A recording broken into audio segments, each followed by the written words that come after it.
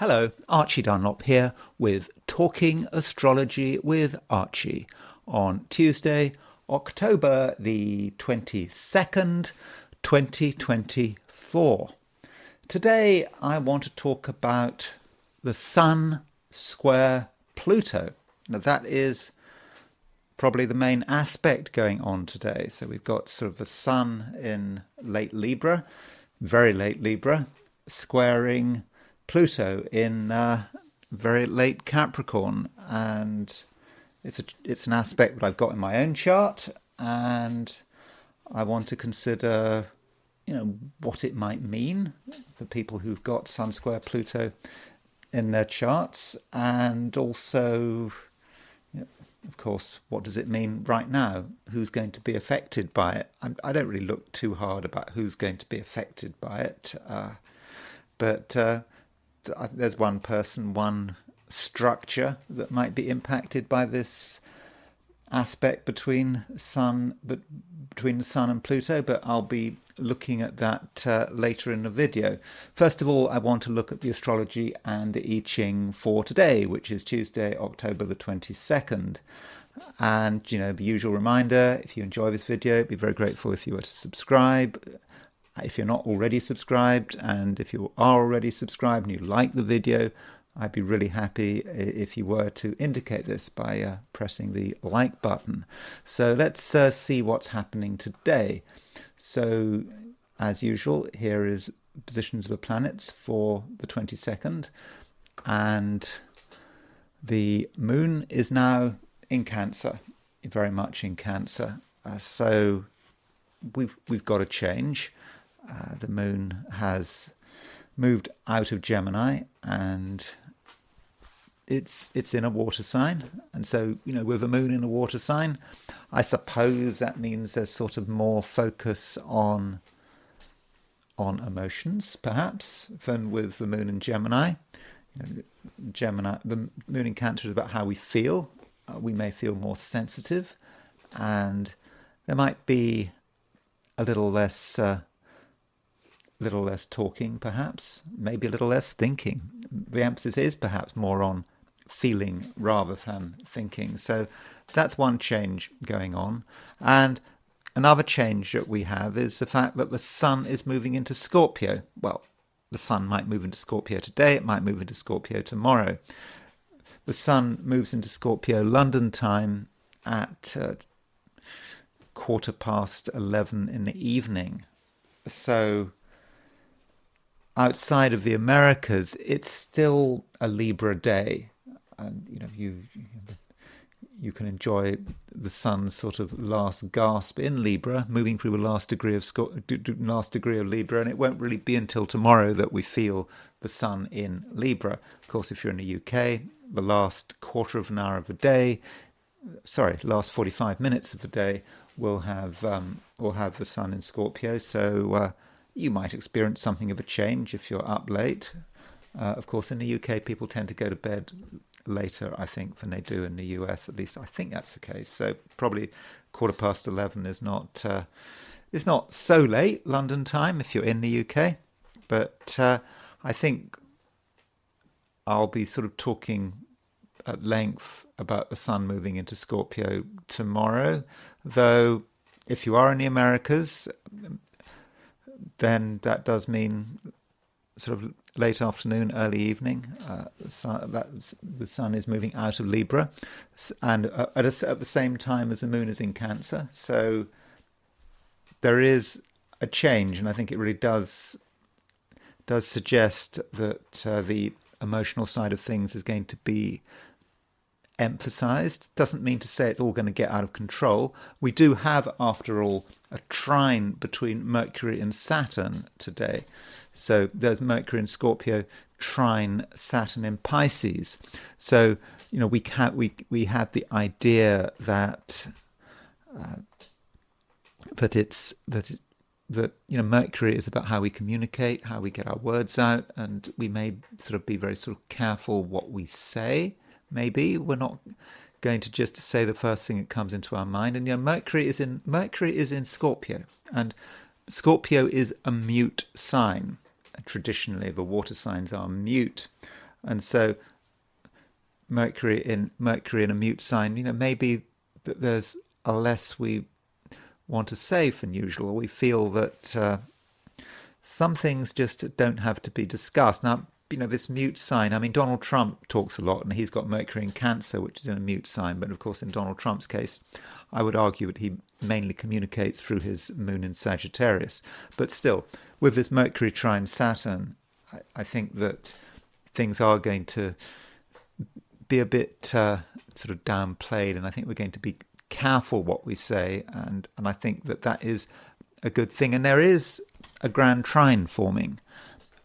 You've got the moon in Cancer moving towards a trine with Mercury, moon moving towards a trine with Saturn. That grand trine is going to probably be more of a feature of tomorrow, but I think we can still feel it to some extent. And with the moon starting to move towards a trine of Mercury, it may be that if we're not communicating, or if we're not saying so much, it's not really necessarily because we're repressed, or we feel we can't, we don't have the space, or we feel that there are sort of heavy people out there who are inhibiting our freedom of action and freedom of speech and so forth. It's not really like that. I think that it's just an understanding of what is appropriate, and knowing that in many cases it's perhaps best to just keep quiet. So that's the main stuff going on today. I think that, well, of course, there's one thing I've missed, and that is, of course, the Sun square Pluto. So here's the Sun, 2944 Libra, and Pluto at 2940 Capricorn. So Sun square Pluto, it happens, I suppose, twice a year, sort of approximately every 6 months. Is that right? Sorry, every 6 months. So it could happen twice a year.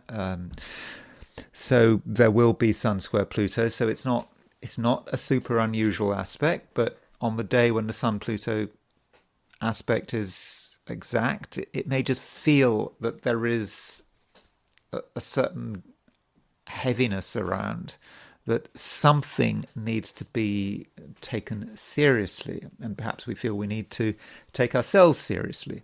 And the issue of power might be important. I mean, that is a feature of Sun square Pluto, which I'll be talking about when I look at this aspect in detail. And where is the power? And we may feel that we do have to keep some things to ourselves, because we don't know what would happen if we were to be completely open and honest. And also with the Sun square Pluto, I'm wondering, I've been thinking about this over the last day. If you look at the picture that I've got on my thumbnail, that is of someone who has Sun square Pluto, and that is Anton LaVey. Now, Anton LaVey, I think he was born in 1930, so I think he died in 1997.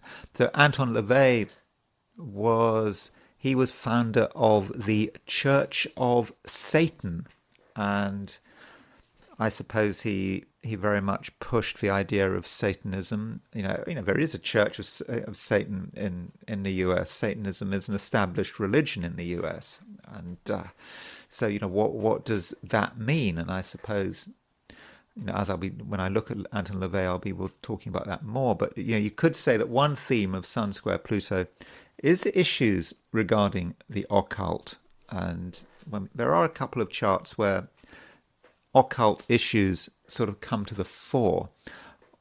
So over the course of the day, then there may be feelings about magic, the supernatural may come across it. I mean, I suppose it depends who you are and where you are and what you're doing, but it might be concerning, it might be fascinating, but we shouldn't discount that possibility.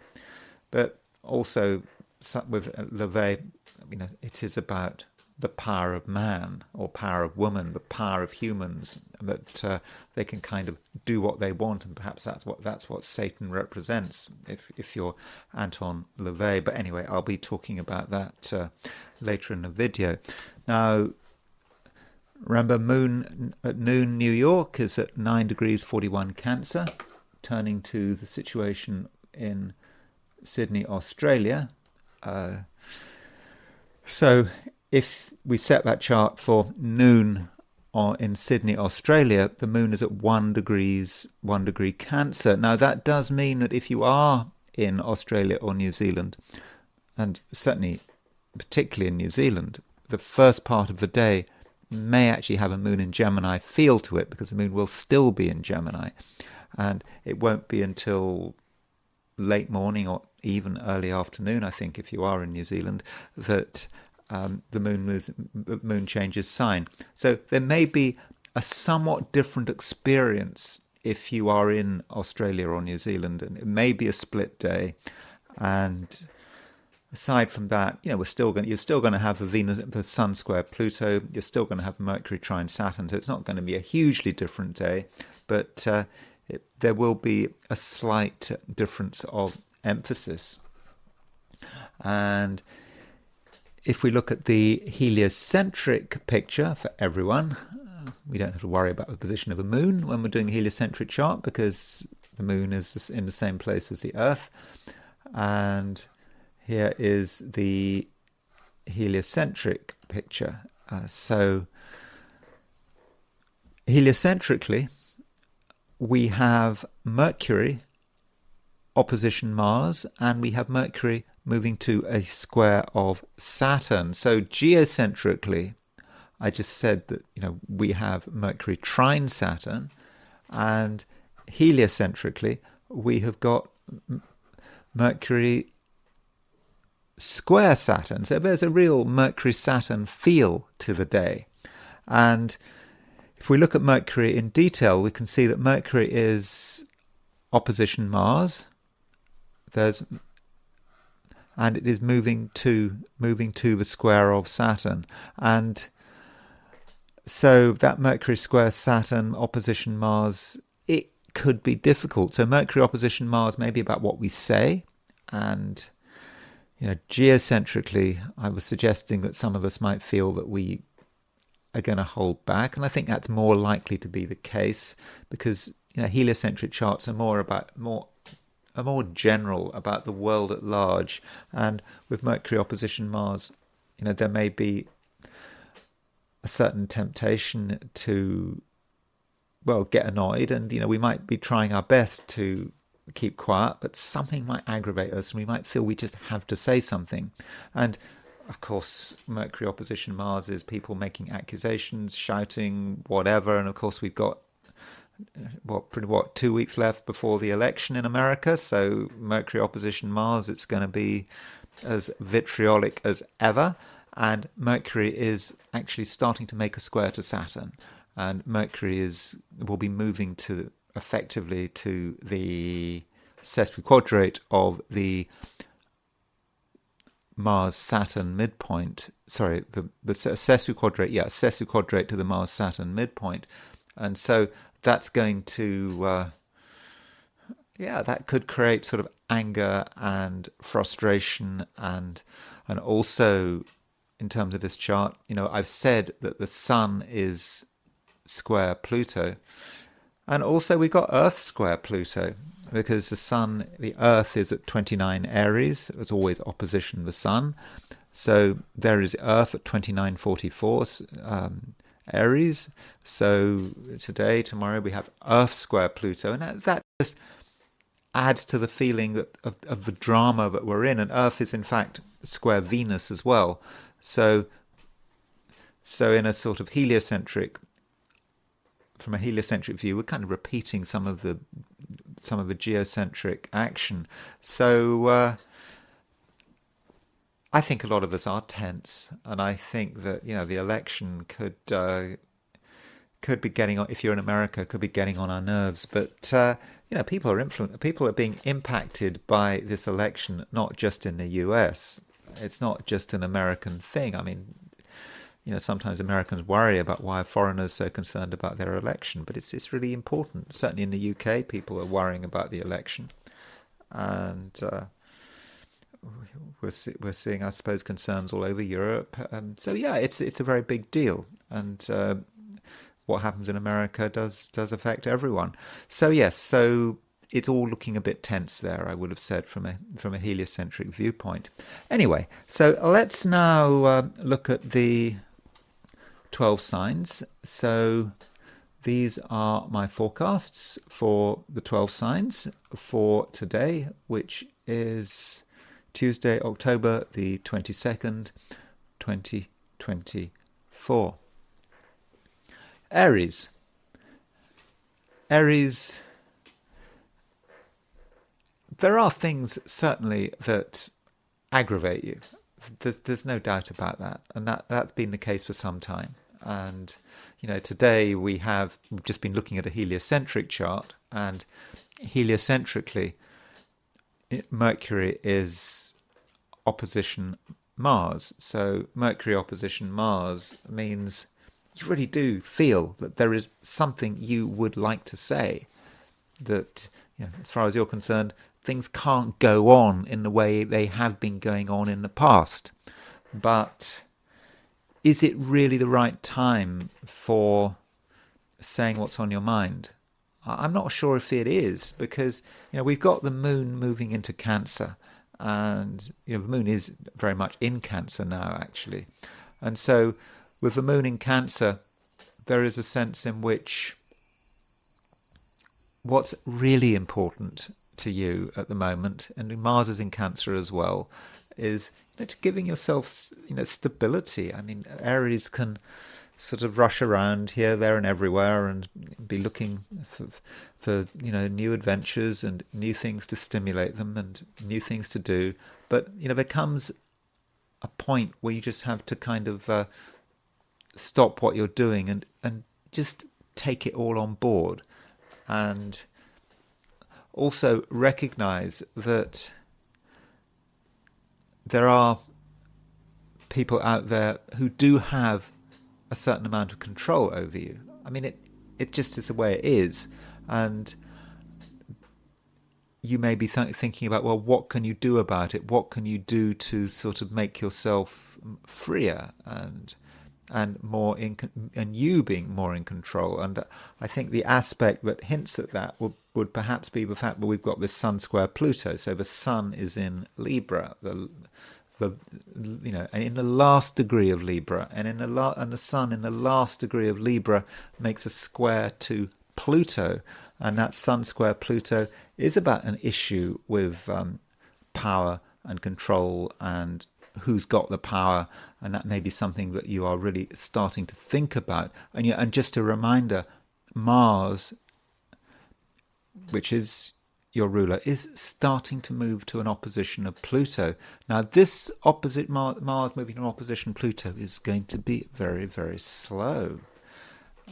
And it's because Mars is slowing down. And this is something I haven't really talked about yet, but Mars is going to go retrograde soon. I mean, it doesn't go retrograde immediately, but I think Mars goes retrograde at the beginning of December, I think, off the top of my head. Yeah, I think it actually goes retrograde on the 6th of December. But in preparation for this retrograde motion, Mars is starting to go slower and slower, and so perhaps you're starting to feel this. You'd like things to be quicker, but you can't avoid the fact that Mars is slowing down, and perhaps you should be following Mars's lead and slowing down a little. You don't have to take immediate action. And with this Mars moving towards an opposition of Pluto, it's slowly happening, and it's something that's going to unfold over a period of months. But it is perhaps a reminder that perhaps Aries, that something does have to change. I mean, this Mars retrograde cycle, I haven't really talked about it yet, and I think that's something I do have to talk about very soon, because I think it certainly affects you, but I think it certainly affects everyone else as well. So that is something that you need to start preparing for. And it's just being aware also that, the world is, it's a serious place. And I think you're starting to become aware of this seriousness. And, you realize that things can't be done immediately. I mean, that just really isn't possible. And you have to take stock of things. So that's one way in which you should be, looking at the world and not being in too much of a hurry. Yet, having said all this, I actually think that your ability to get on with people and to meet people and to interact with them is actually very good at the moment, because we've got some nice midpoints involving Mars, your ruler. For example, Mars is aspecting the Mercury node midpoint. So Mercury nodes, if you take the node as being about communication, node is about contacts, Mercury is about communication. So actually, you can talk to sort of new people, get on with new people, and you don't have to be trying to achieve anything in particular. But I think in terms of relating and increasing your circle of friends, I think there's certainly something that you can be doing over the course of the day. So it's not that you have to be sort of totally isolated and feel that you have to just stick to what you know and trust. You just have to be aware that it is a complicated world, but I think overall that you can deal with it. Taurus,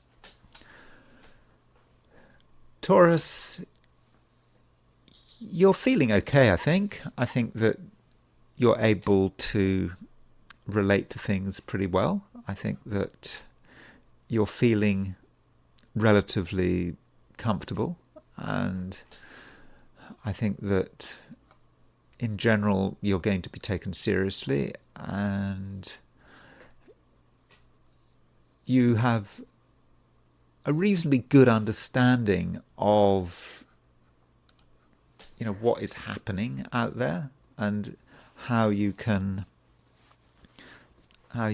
interact with people on an emotional level in particular. I think that you're actually very good at communicating in such a way that you don't make mistakes. That's sometimes a possibility with Taurians. Taurians can just ignore the cues. They just rush in and they just say something very surface level, which is not the right thing to say. But I think today you're probably more subtle than usual, less blunt than usual, and I think that your ability to fine-tune whatever your message is probably going to be very good.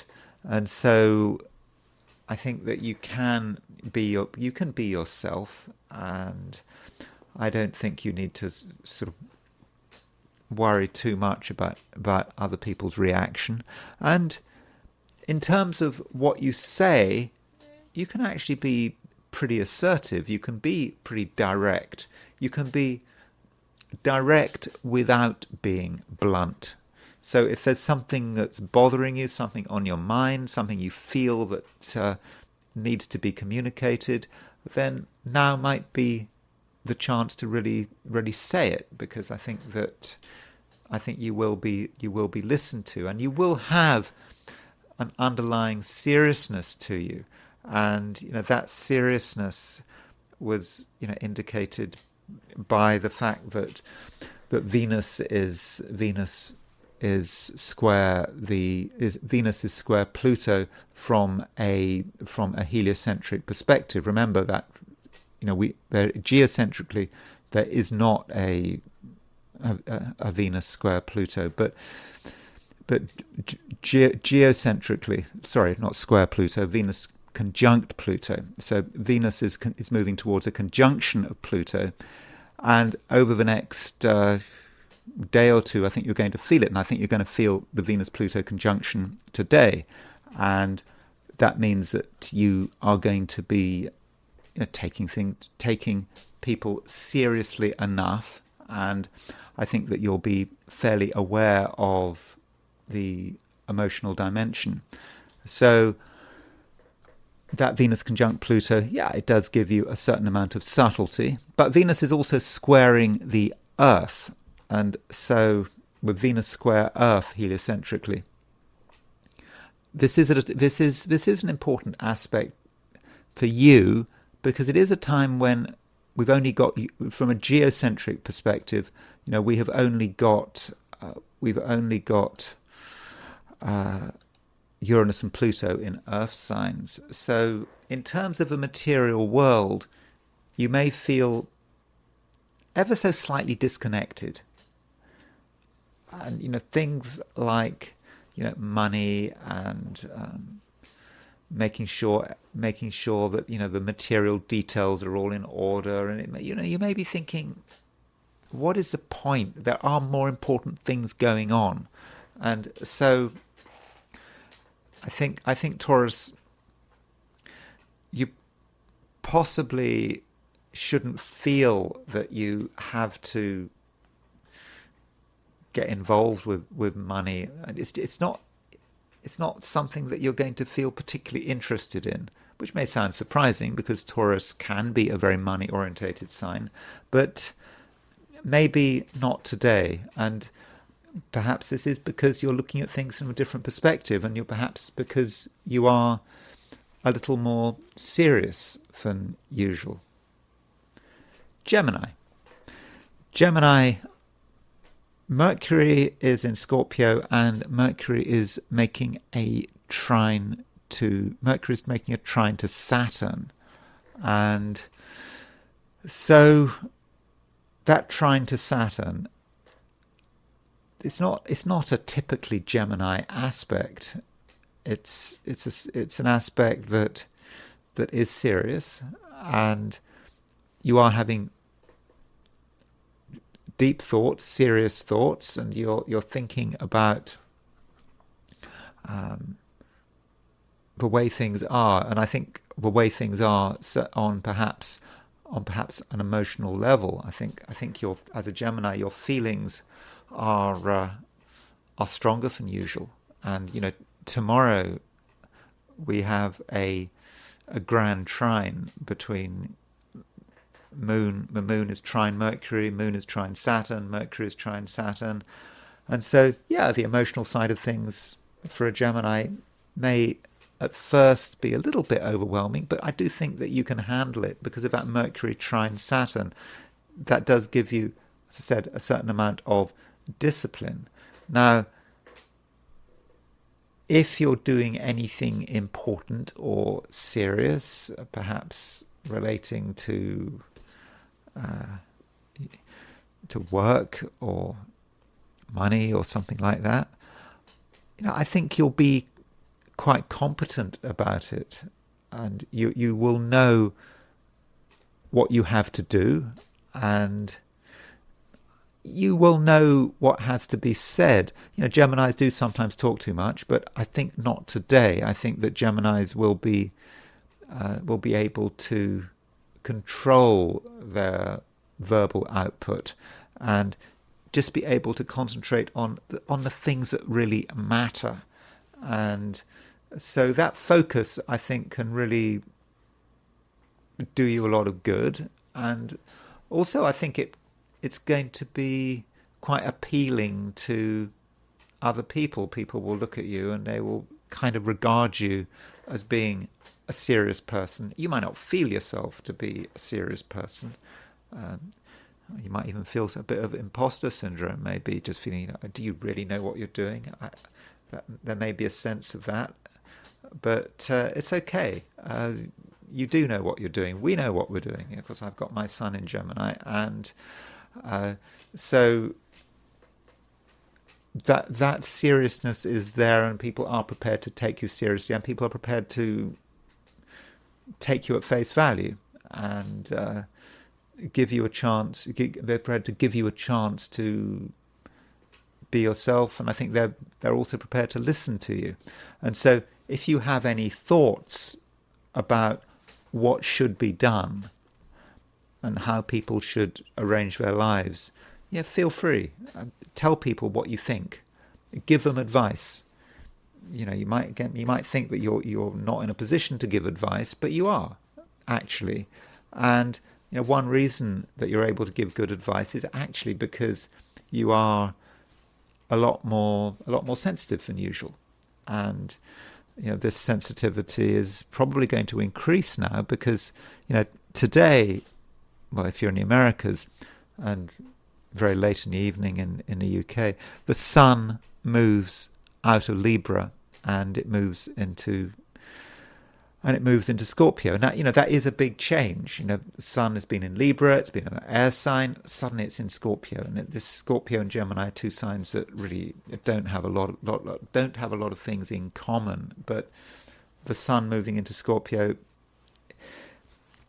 will change a lot. You know, when the sun moves into Scorpio, the only planet in an air sign is going to be Jupiter in Gemini, and Jupiter's retrograde in Gemini. And so that Jupiter in Gemini in retrograde is going to start to have to do a lot of work, and you may sort of almost forget that Jupiter is in your sign, and you may be starting to think about the emotional dimension with the sun moving into Scorpio. And so if you're concerned that things are getting a little bit too serious, then don't be concerned, because this is going to be a feature of, you know, certainly over the next few weeks as the sun starts to move into Scorpio. So it's a situation where, you know, if you take yourself seriously, then everyone will take you seriously. Of course, with Geminis, what Geminis must never do is take themselves lightly, because you know, if you take yourself lightly, then I suppose there's always a danger that you sort of don't amount to much, and that's always a danger with Geminis. And I kind of say that with bitter experience. You know, sometimes I can be flippant in the most inappropriate ways, and you know, you can make big decisions in a flippant way, and making big decisions in a flippant way is can be a recipe for disaster. So Gemini, things are certainly getting more complicated, but in a way that is appropriate, and I do think that you can handle it. Cancer. The moon is now in your sign.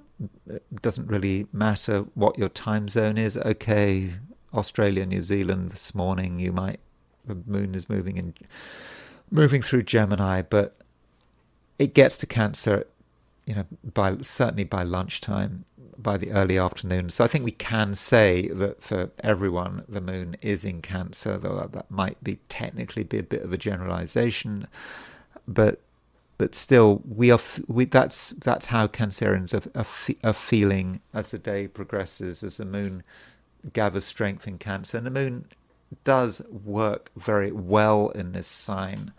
The moon rules Cancer. And so with the moon ruling Cancer in its own sign, then this is a time when you are feeling, I would have said, quite comfortable. And the moon is also kind of making a grand trine. Now, this grand trine may be more of a feature of tomorrow, but we've got the moon starting to make a trine to Saturn and starting to make a trine to Mercury. And this is all in water signs.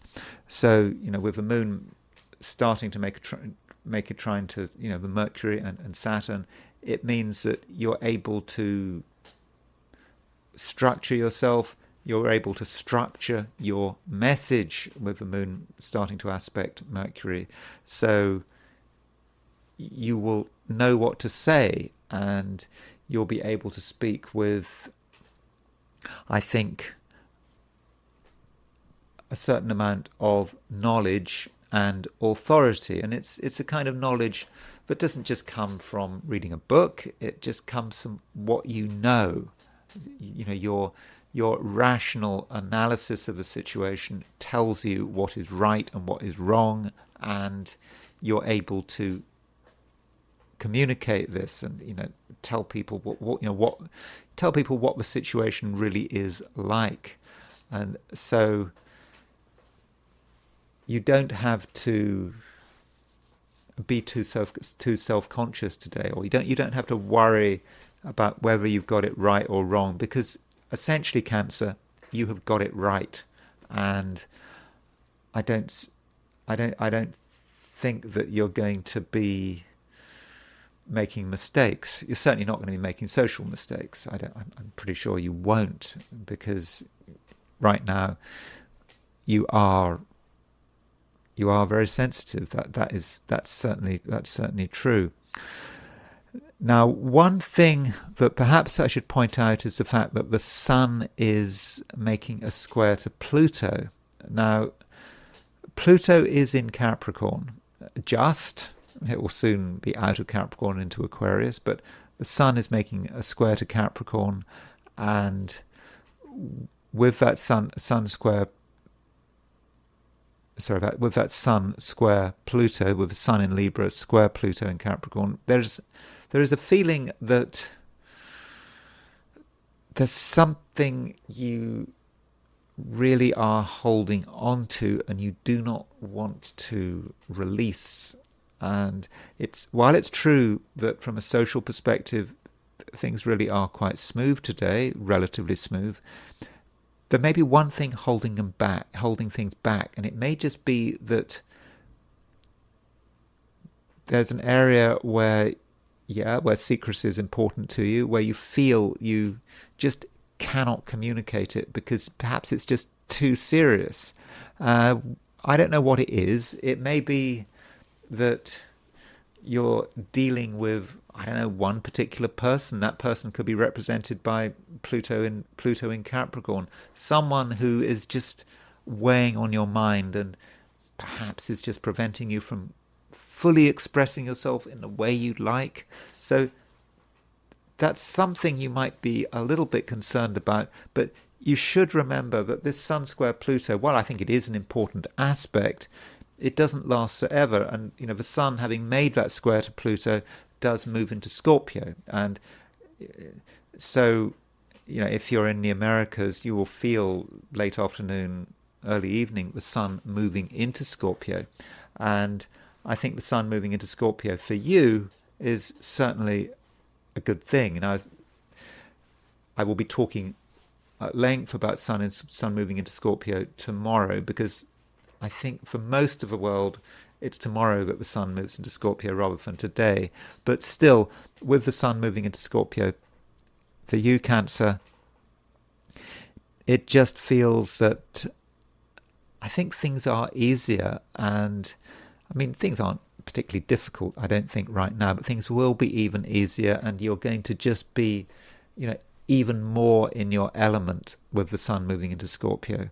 And I think it's a time when you really are going to feel that you can do things which are a reflection of who you are, rather than having to worry about another person with that Sun square Pluto. What is bothering you? Who is making you feel a bit self-conscious? But that will dissipate, and I think you can start to do something for yourself. And if you're being a little bit selfish about it, I don't think that really matters. So when we look at what's happening today, perhaps we should see today and tomorrow as being part of the same movement. In fact, it would make more sense for me to do a reading for sort of Tuesday and Wednesday together, rather than to split the two up. So in a way, you should regard this reading for Cancer as being part one, and sort of part two will come tomorrow. Leo, the Sun is in the last degree of Libra. In fact, today the Sun moves out of Libra, and if you're in the Americas, or if you're in the UK, at 11:15 p.m. or in London, the Sun moves out of Libra, and that is a big change. Sun moving out of Libra into Scorpio, and it could be a bit of a challenge. With the Sun moving into Scorpio, it is a time when perhaps you have to be more focused on maybe on yourself and on your own needs, interests, and priorities. And it might be a time when some Leos feel that they perhaps need to spend more time at home and concentrating on the things that are of real importance and value to you. And there may be less that has to be said. You may just not be in the mood for explaining things to people or having to be in several places at once, and making short journeys to keep people happy, making appearances, all of that kind of stuff is just not something that I don't think that you're going to be especially interested in. Now, just before the Sun moves into Scorpio, the Sun makes a square aspect to Pluto. And we could say that Sun square Pluto is the main aspect today. So Sun, your ruler, square Pluto. I think that with that Sun square Pluto, there may be an issue of power and control. And the question you might be asking yourself really is, how much control do you have? How much control do you want to have? And how much power do other people have in terms of influencing your life? Now, Leo, you do have power. I mean, you're a Leo. The Sun is in Leo. The Sun is in its own sign in Leo. All things being equal, the best sign for the Sun to be in is Leo. I know we're supposed to be told that all, in terms of signs, all signs are equal. At least all sun signs are equal.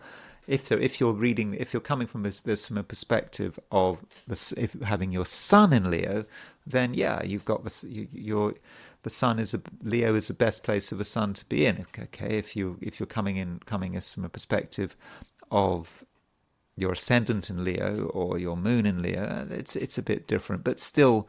You are a Leo. Leo is a powerful sign, and it's just that you have to be aware, perhaps, of the limits of that power, and perhaps where your power clashes with perhaps another person's power. So that's all something you need to bear in mind today. Though, when you want to, you can certainly assert yourself, particularly today, if it matters. And there may be times today when you are actually underestimated. People make assumptions about you, and they don't think you're going to react. But there is something going on, and it may be sort of rather like a volcano. A volcano that seems to be fairly quiescent. It doesn't seem to be doing much. There's a little bit of smoke, but nothing is going on. But that sort of volcano aspect of your personality. I mean, I know Leos are not normally associated with volcanoes, but there is something a little bit volcanic about you. And so, if things reach a certain point, then there could be an explosion, and that's also linked with the fact that we've got Sun square Pluto. So if anyone tries to push you today and push you too hard, then something could happen. And you don't have to, I don't think, worry about anything happening. You just have to kind of tell yourself that you have this potential. It's like this secret weapon you've got, or there's something brewing. And so the volcanic eruption needn't ever happen, but you know that the volcanic eruption could happen, and you know that at the press of a button, everyone could be overwhelmed by the power of your personality. And so, sometimes it's just It's just enough to know that you have this power without ever actually having to assert this power. And I'm thinking, Leo, that could give you a great deal of confidence. Virgo, Mercury is making a trine to Saturn today, and I think that is really nice. It's not a spectacular aspect, Mercury trine Saturn, but it's certainly a very useful aspect, and I think that you are going to want to make sure that everything is done properly. Now, one thing I should say, while we're on the subject of Virgos, I do read the comments, and someone suggested that maybe in my readings I stereotype Virgos. Do you think I stereotype Virgos? I mean, Virgo is a sign which, unfortunately, people do stereotype, and it's completely wrong to stereotype a sign, of course. And when you're talking about Virgo, Virgo is, as a sign, is, it's, if in terms of how you're coming to this reading. So, firstly, if you're in the northern hemisphere and you've got Virgo rising, Virgo in the northern hemisphere is the most common rising sign there is. More people in the northern hemisphere have Virgo rising than anything else. That's the first point to make.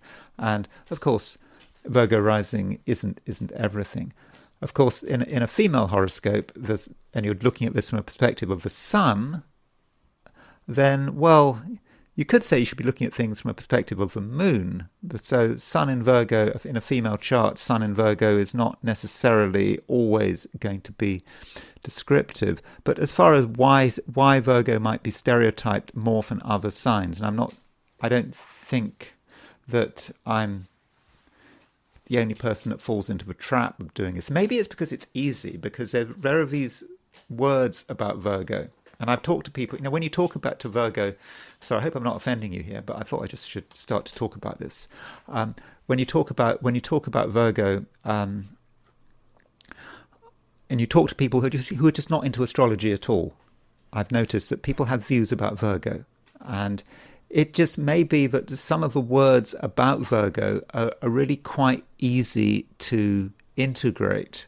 When you look at the keywords, when you start to learn about astrology, if you're just learning astrology, the keywords relating to Virgo are just quite easy. They're into detail, and they like things to be done in a particular way, and the sense of perfection.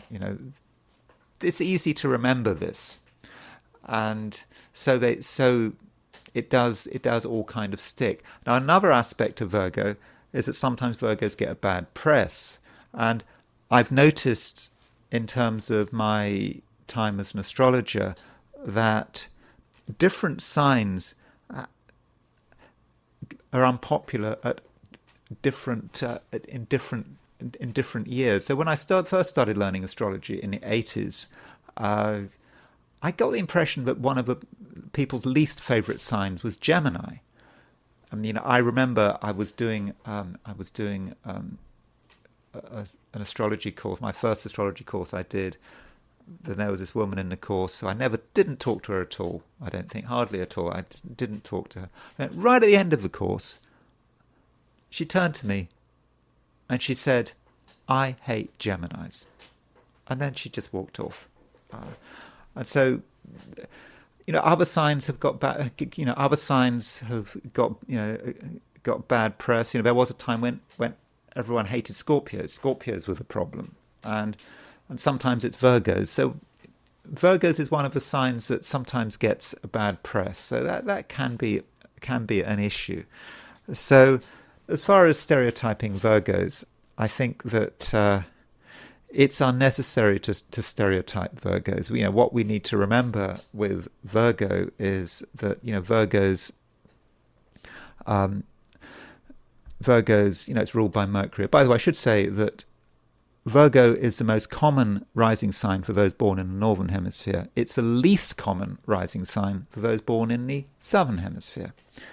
And it works the other way. The least common rising sign in the northern hemisphere is Pisces, and the most common is and it's the opposite when you go to the southern hemisphere. So Virgo and Pisces have that sort of relationship there, that the least common or the most common, and it does depend on what side of the equator you're born. So with Virgo, its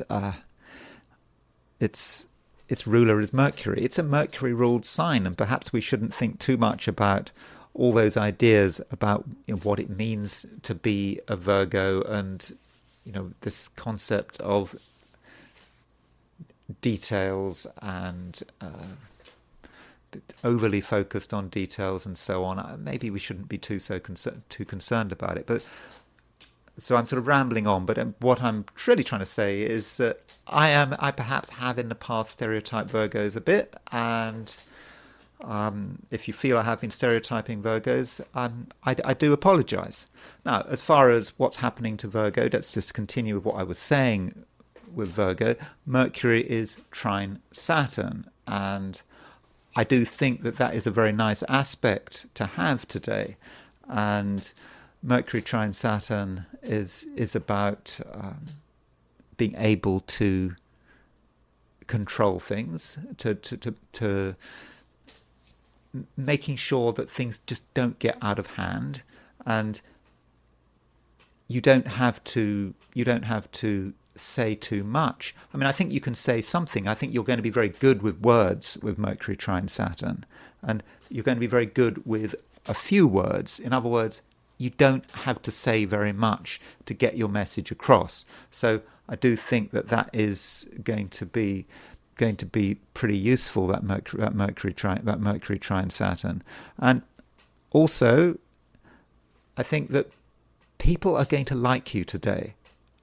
And I don't think that you have to make much of an effort to get people to like you. It will just be very natural. And, we live in complicated times. Things are up in the air. There is this sense of sort of grinding instability. And you may, for many people, be a sort of a light in the darkness. Someone who can provide a certain amount of stability and rationality in these times in which we live. So that is something that you can use. So it's a day, Virgo, when you can be trusted. And I should also say that one reason why people are perhaps feeling a little bit insecure is the fact that there aren't any planets in Earth signs except for Uranus and Pluto. And that's the way it is. The fact that we've got Mercury trine Saturn doesn't compensate for the fact that there aren't any planets in Earth signs. But with Mercury trine Saturn, that does mean that you can express yourself in such a way that it gives people security and confidence, and they don't feel they've got this security and confidence from elsewhere, and so you might be someone who can really help create some grounding. So perhaps in that sense, Virgo, you have got a certain amount of responsibility today to your fellow human beings. Libra, the sun is now moving out of your sign. It moves out of your sign, London time at 11:15 tonight. So that means that if you're in the Americas this afternoon, early evening, the moon leaves Libra, moves into Scorpio. So there might be a certain sense of sadness there. It was nice having the Libra season, but now I suppose it's over for another year. But with the sun moving into Libra, moving out of Libra, I suppose it's time to consider, what was going on over the last few weeks, over the last month, and it wasn't just the fact that the sun was in Libra. There was a time when Mercury was in Libra quite recently, but Mercury's left Libra, and so what have you accomplished over the last 4 weeks? What were you planning? What were you trying to accomplish? You had ideas, and some of these ideas worked, others didn't. And so perhaps you should consider all of this and work out perhaps how to put it into practice. So, regardless of the fact, that the sun is moving, the sun is moving into Scorpio. It's not the nature of the sign Scorpio that matters. It's the fact that the sun is just now moving into a sign which is different from your own, and it's also a sign which is about your resources. So if there's something you decided that you wanted over the last few weeks, you have the question, do you actually have the resources to see it through? And if you don't have the resources to see it through, what are you going to do about it? And I'm not just talking about financial resources, I'm talking about resources in terms of time, energy, motivation, and being able to take an idea and to make it real. So it might be particularly important at the moment, Libra, to just consider perhaps where you have failed. I know we should be focusing on successes, but when I say where you have failed, what I mean by this is saying, where do you think you failed over the last month? Because there seems to be a way now to make up for that failure. Because if you did fail over the last month, it may just be you just didn't have what it takes right then, and maybe now, rather than just give up on something, you need to have another look at it, a more sort of serious look at it, and look at what was needed. Just because you weren't able to do something at the time doesn't mean that is now impossible, because that's not the case. So there is certainly something that you can do now that the sun is moving out of Libra into Scorpio. And of course, there is an advantage of the sun moving out of Libra and into Scorpio. I know you're a Libra, and the sign Libra is very precious to you, but the sun actually is in its detriment, in its fall in Libra. And so because it's fallen in Libra, it doesn't always work as it should. And so when the sun moves out of Libra and into Scorpio, in a way, the sun's status or its state actually improves. And so you may now be actually in a better position to achieve what you wanted to achieve. So, don't be put off by recent failure, or I don't want to use the word failure, perhaps that's too strong, perhaps a recent lack of success, because now is the time to look at the thing again. And also, another thing, Libra, is that recently Venus has been in Scorpio. Venus is your ruler. It's been in Scorpio. Venus is in its detriment in Scorpio. So that hasn't been great. So perhaps with the sun moving into Libra, Venus moving out of Scorpio, then you're actually now in a much better position to get what you want and to make a success of things, although it might not feel like it. Now, one aspect we do have today, which I think we should spend a little bit of time talking about, is a square aspect between the sun and Pluto. So the sun, just as it leaves Libra, makes a square to Pluto. And this square to Pluto, it's quite serious. I mean, it feels quite serious. It feels that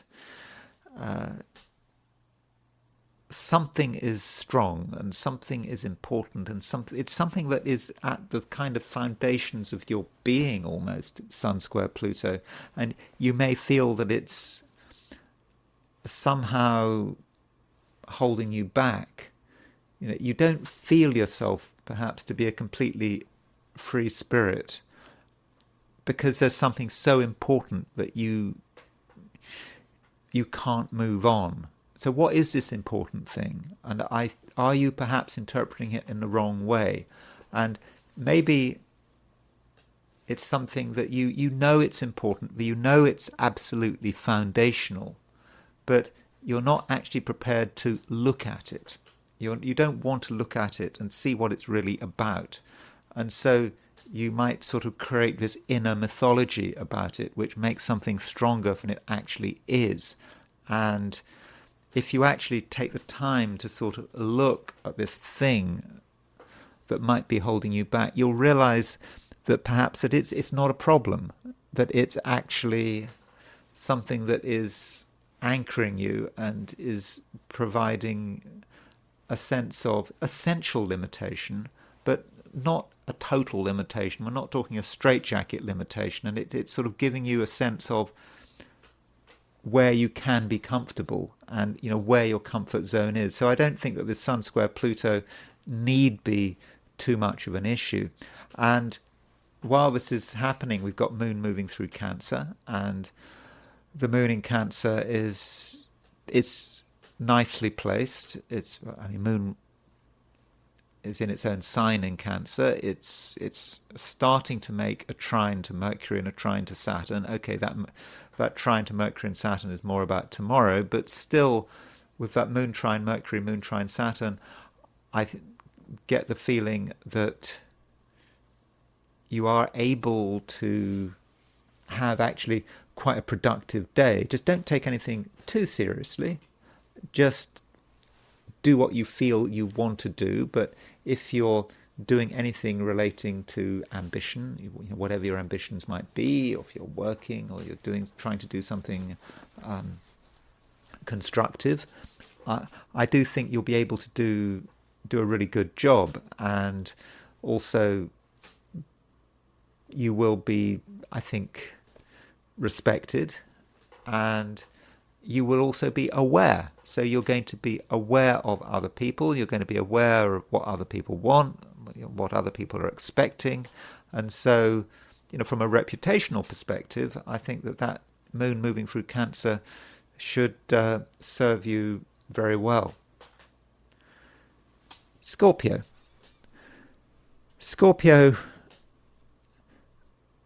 I think Scorpio, it's important that you're as open-minded as possible. There are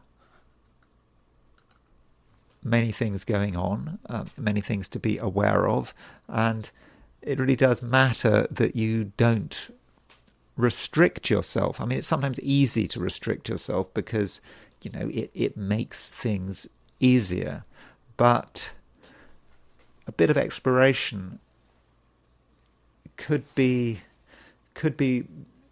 very useful. We've got the Moon. The Moon is in. The Moon is. It's not just that the Moon is in Cancer. That the Moon is starting to make a trine to Mercury, and Mercury. Remember, Mercury is in Scorpio. It is in your sign, and so today and tomorrow, with the Moon making a trine to Mercury, I think that you're going to be perhaps quite open-minded, actually.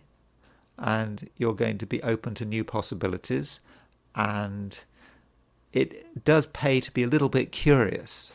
So just because something on the surface seems difficult, seems troubling, it doesn't mean that you should have nothing to do with it. It may be a time when you need to ask questions, and you might get a reply that you simply weren't expecting. And if you do some further exploration, you'll perhaps realize that something you thought was an impossibility really is possible. And Scorpio, don't get too hung up on your own beliefs about the world. sure, you need certain core beliefs about the world in which you're living, but you don't want to get obsessed by them. You don't want beliefs to actually limit you and to restrict your experience of the world, because with this moon trine Mercury today and tomorrow, you have a chance to understand new things, and if you just change some of your ideas a little bit, I think that you could actually benefit. And in terms of other people, right now, your social skills are actually extremely good. Again, it might not feel like it, but I think they actually are.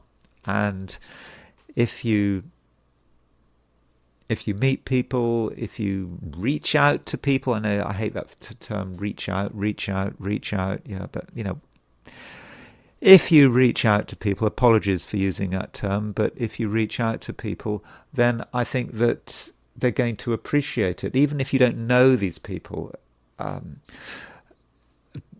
you can form some kind of rapport. And so I think it's not a day for solitude. And I suppose one can try and get in touch with people through many different ways. You don't have to meet them face to face. You've got the internet and all that kind of thing. And so you can really become more popular and become more connected today. And so overall, Scorpio, I just think it's very important that you have a positive approach. And I should not forget that, of course, perhaps the most important thing happening today, or in fact it's probably more likely to happen tomorrow, is the sun moving into your sign. In the Americas, it happens late afternoon, early evening. If you're in London, it will happen at 11:15 in the evening.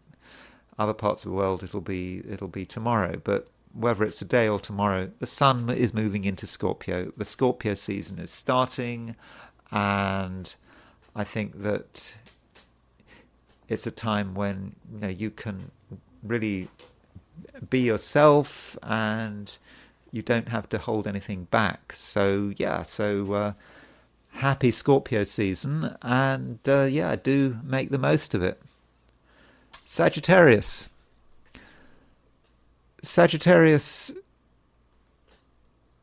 you try your hardest to be friendly, and I think you can be friendly, and I think that in general today people are going to like you, and you can make friends, you can strengthen existing friendships. That's true. But overall, I think there is a sense in which you're not entirely connected, or you feel yourself not to be entirely connected. And maybe this is a reminder, and I've got I've been looking at the comments, what people say.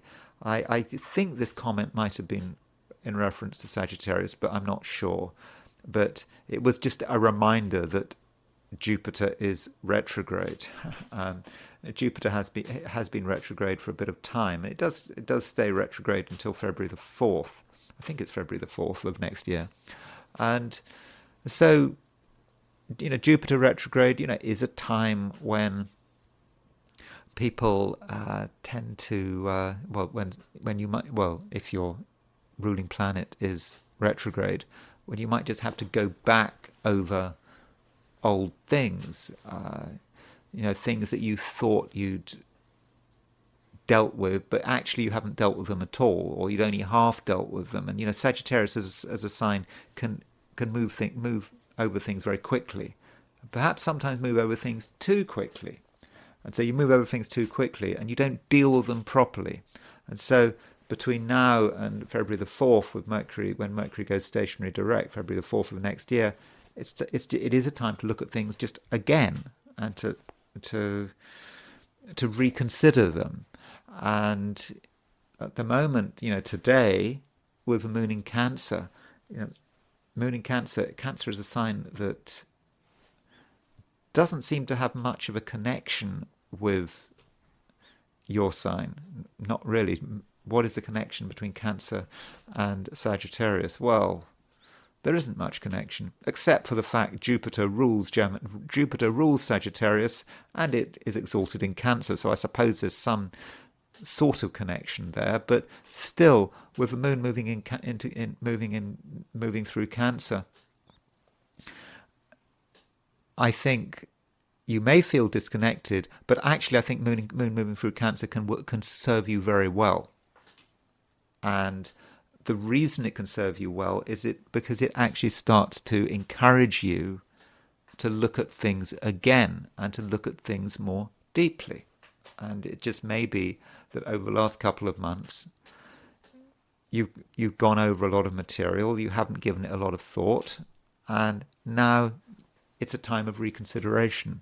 And today and tomorrow, as the Moon continues moving through Cancer, you can really concentrate perhaps on the things that matter, and you can have another look at things, and you'll be helped by the fact that the Moon is making a trine to Mercury and a trine to Saturn. In fact, there's a grand trine in water signs. Okay, it's exact tomorrow, but I think that grand trine in water signs can actually serve you very well, and so you can really get down to it and really start to understand what things are all about. And yeah, it is a time of reconsideration, and reconsideration really does matter. And you'll probably be helped by the attitude of other people, because today there is a trine between Mercury and Saturn, and that trine between Mercury and Saturn kind of indicates that there are certain people who can be very useful, and it's not obvious who they are, but it's people who are just solid, who are just reliable. Who are the reliable people in your life? The people who are just always there, the people you maybe sometimes take for granted, but these reliable people they are there for you. And if you have felt that someone might have let you down in the past, perhaps uncharacteristically let you down in the past, perhaps with Mercury trine Saturn, you should give someone another chance. And so don't jump to conclusions about people. And although, as I've just said, in general, try to focus on people who have been reliable in the past, but don't be too unforgiving. And it may be a time when you perhaps should be considering giving someone another chance, because I think it's actually a time, Sagittarius, when your faith in human nature might actually be rewarded. Capricorn, you probably benefit from a trine aspect between Mercury and Saturn. So this trine between Mercury and Saturn allows you to, I suppose, express yourself very well. You can get your message across in a way that is going to be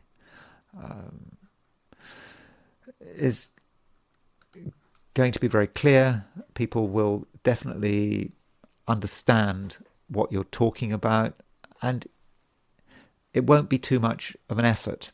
You can just say what you think, say what you feel, using I would have said quite simple, straightforward language, and you will be understood straight away.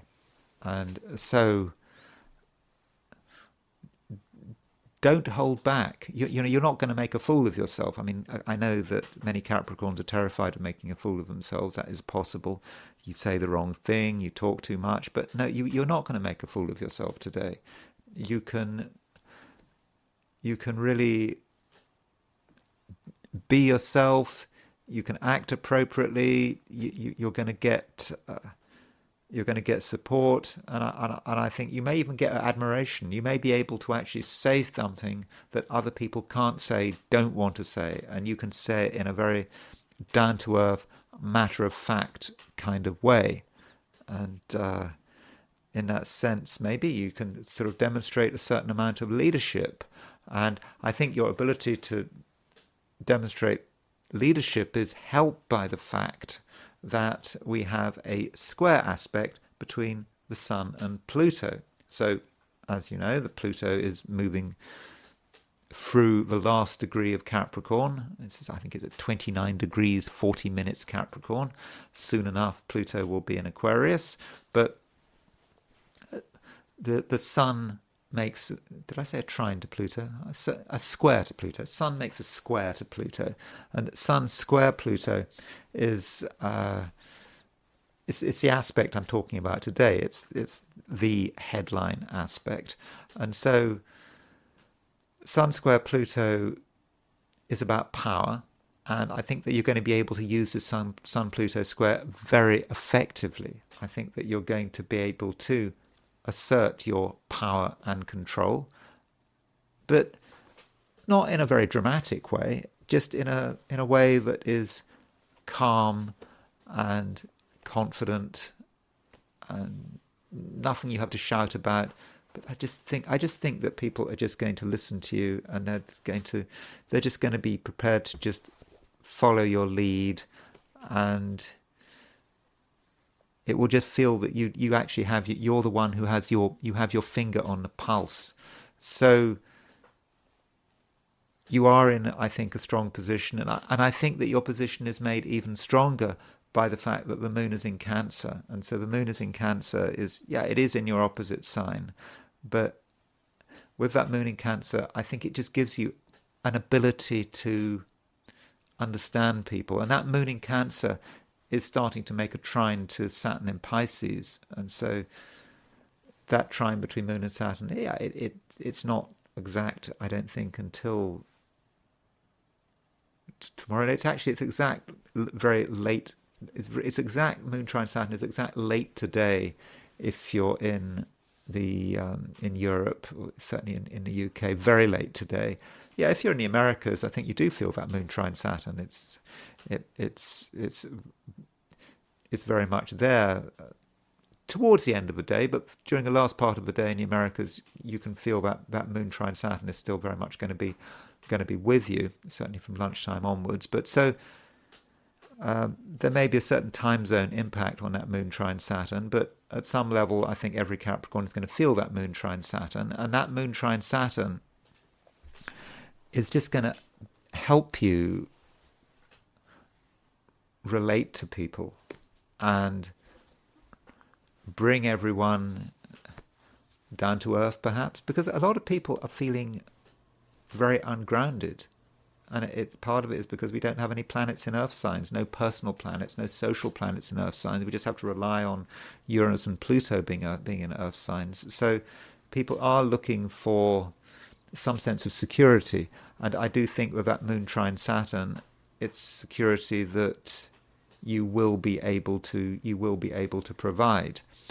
So Capricorn, I would have said that you are a good person to have around. Aquarius, you're benefiting, I think, from a trine between Mercury and Saturn. In fact, we've got a grand trine in water. We've got the moon is starting to make a trine to Saturn. Moon is making a trine to Mercury in water signs. Moon in Cancer, Mercury in Scorpio, Saturn in Pisces. So there is a lot of emotion flying around, but I think it's the kind of emotion that you can deal with. At least you can deal with it right now. So don't worry, Aquarius, about tuning into your own feelings. Your feelings are important, and your feelings can be useful. You shouldn't think that Aquarius is a sign that is always uncomfortable with its feelings, because today very much Aquarius is comfortable with it, with the way you feel, and I think you can trust your feelings. If you feel that something is going in a particular way, then your feelings are probably correct, and yes, I think you can actually listen to those feelings. And so be prepared to be fluid and flexible, and not too flexible though, because I think actually, Aquarius, you do have a sense of where things should be going and where things should not be going, and that's something that you're going to be I think able to articulate. And I think that people will listen to you. And that moon trine Saturn, which is sort of developing today and tomorrow, is about you finding a way to control your material environment. Sometimes it doesn't feel that you're in complete control, but you are in control. And if people are around you, I think you're going to expect them to do things your way, and I think you'll be able to make that expectation very clear. And I do think that in most cases they are going to listen to you. And if you have any kind of responsibility, whether it's at work or at home, in your social life, whatever responsibility you have, I think that you're going to be able to maximize this responsibility. I think that people are going to take you seriously, and they're going to listen to what you say, and they're going to understand what you say, and they'll just know that you are someone who can very much be trusted. And once people trust you, and I suppose you have to trust them as well, but once there is a certain sense of trust, then the situation can in a way transform, and there can actually be a sense of happiness. Somehow you just know how to make people happy, and you know how to make the best of things, and that might not be something that's occurred to you. So if you are with people, particularly if people seem a little bit uninspired, just consider the possibility that you are in a position to liven things up and to make suggestions. Your suggestions could be very welcome, because people need to think beyond today. They need to think about what's happening next. And I think fundamentally, whatever happens, things can be better. And that is certainly a message, Aquarius, that today I think that you can present. And so you're able to get the balance right. You're able to be very serious, but at the same time you can create an atmosphere of hope and happiness. And so, Aquarius, you're in a very special position here, and you're exactly what people need. And one other thing I should say is that the Sun is moving into Scorpio, and the Sun moving into Scorpio, as far as you're concerned, I think is something to be welcomed. So the Sun moves into Scorpio, very late in the day. If you're in Europe or in the UK, it happens at sort of 11 in the evening. But certainly if you're in the Americas, late in the day, was not very late in the day, late afternoon, early evening, Sun moves into Scorpio. And I think as the Sun moves into Scorpio, you'll get a sense of new focus. Perhaps you hadn't been 100% focused, but now you are focused. And at the same time, other people are going to be focused as well. Maybe they're going to share your focus. So if you start to have a focus today, then make sure that you see it through. And I think that's telling you something about what's going to be happening over the next few weeks as the sun makes its way through the sign of Scorpio. Now, if you're in Asia, most of Europe, Australia, New Zealand, the sun won't move into Scorpio until tomorrow, but don't worry, it's just tomorrow. Tomorrow you'll be able to benefit from the sun's change of sign and I think that change of sign may also have an impact on certain relationships. People are going to change. Some of the important people in your life are going to change as the sun moves from Libra into Scorpio. Perhaps they're going to become more serious and perhaps more reliable as well. Pisces. I don't know what the dog is upset about. Oh yeah, I can see. There is someone walking up the road with a dog as well. So another person with a dog, that's certainly going to set my dog off.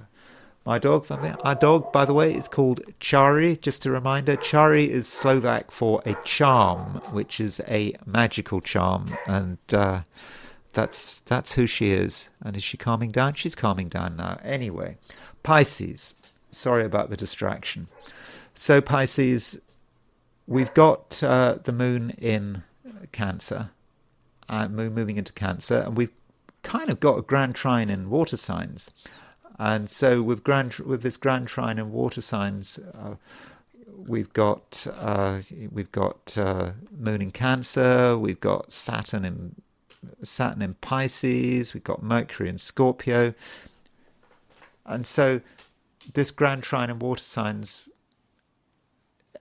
really is going to help you. It's going to help things move, and you're going to feel, I think, fairly at one with the world, especially on an emotional level. You'll just feel that you're in the right place and you understand what's happening. I don't think there are going to be any surprises today. Particularly if you listen to your feelings. What are your feelings telling you? Your feelings are telling you which way things are going, how things are going. They're telling you which way the tide is going. And so your emotional sensitivity could be really finely tuned. And yeah, you'll pick up on things just very quickly. And maybe other people might be overwhelmed, but not you. And you can take a situation that is complicated, that is emotionally complicated, and you can really make sense of it. And that may be connected with the fact that we've got Mercury trine Saturn. So of course Saturn is moving through Pisces, your sign. You've got Mercury trine Saturn. It means that you can take something that doesn't make sense, isn't immediately obvious, at least it's not immediately obvious to other people, but you can take it and just understand it straight away. And that Mercury trine Saturn might have a spiritual dimension.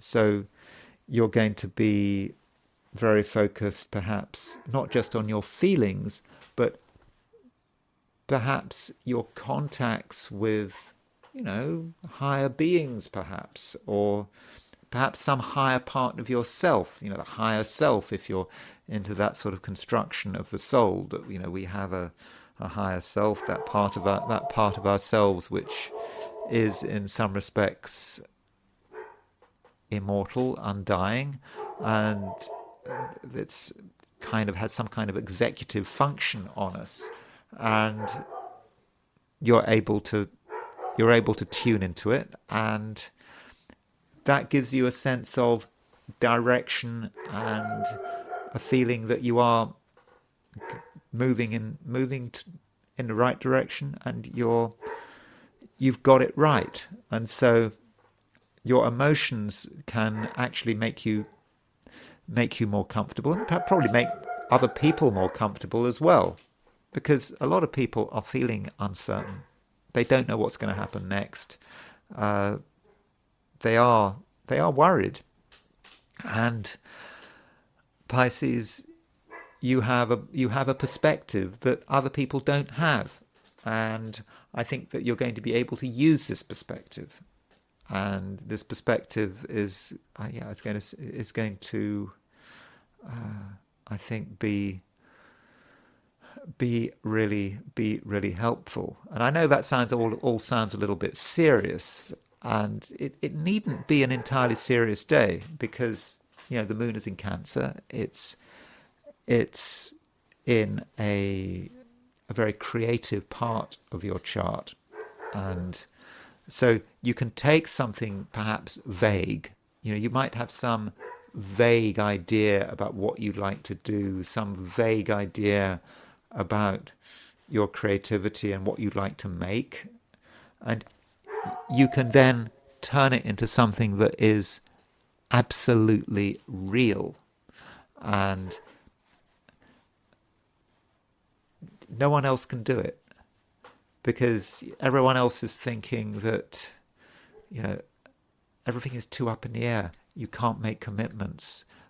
The resources aren't available, but you know that the resources are available, and you know what is possible, Pisces. And I think that you can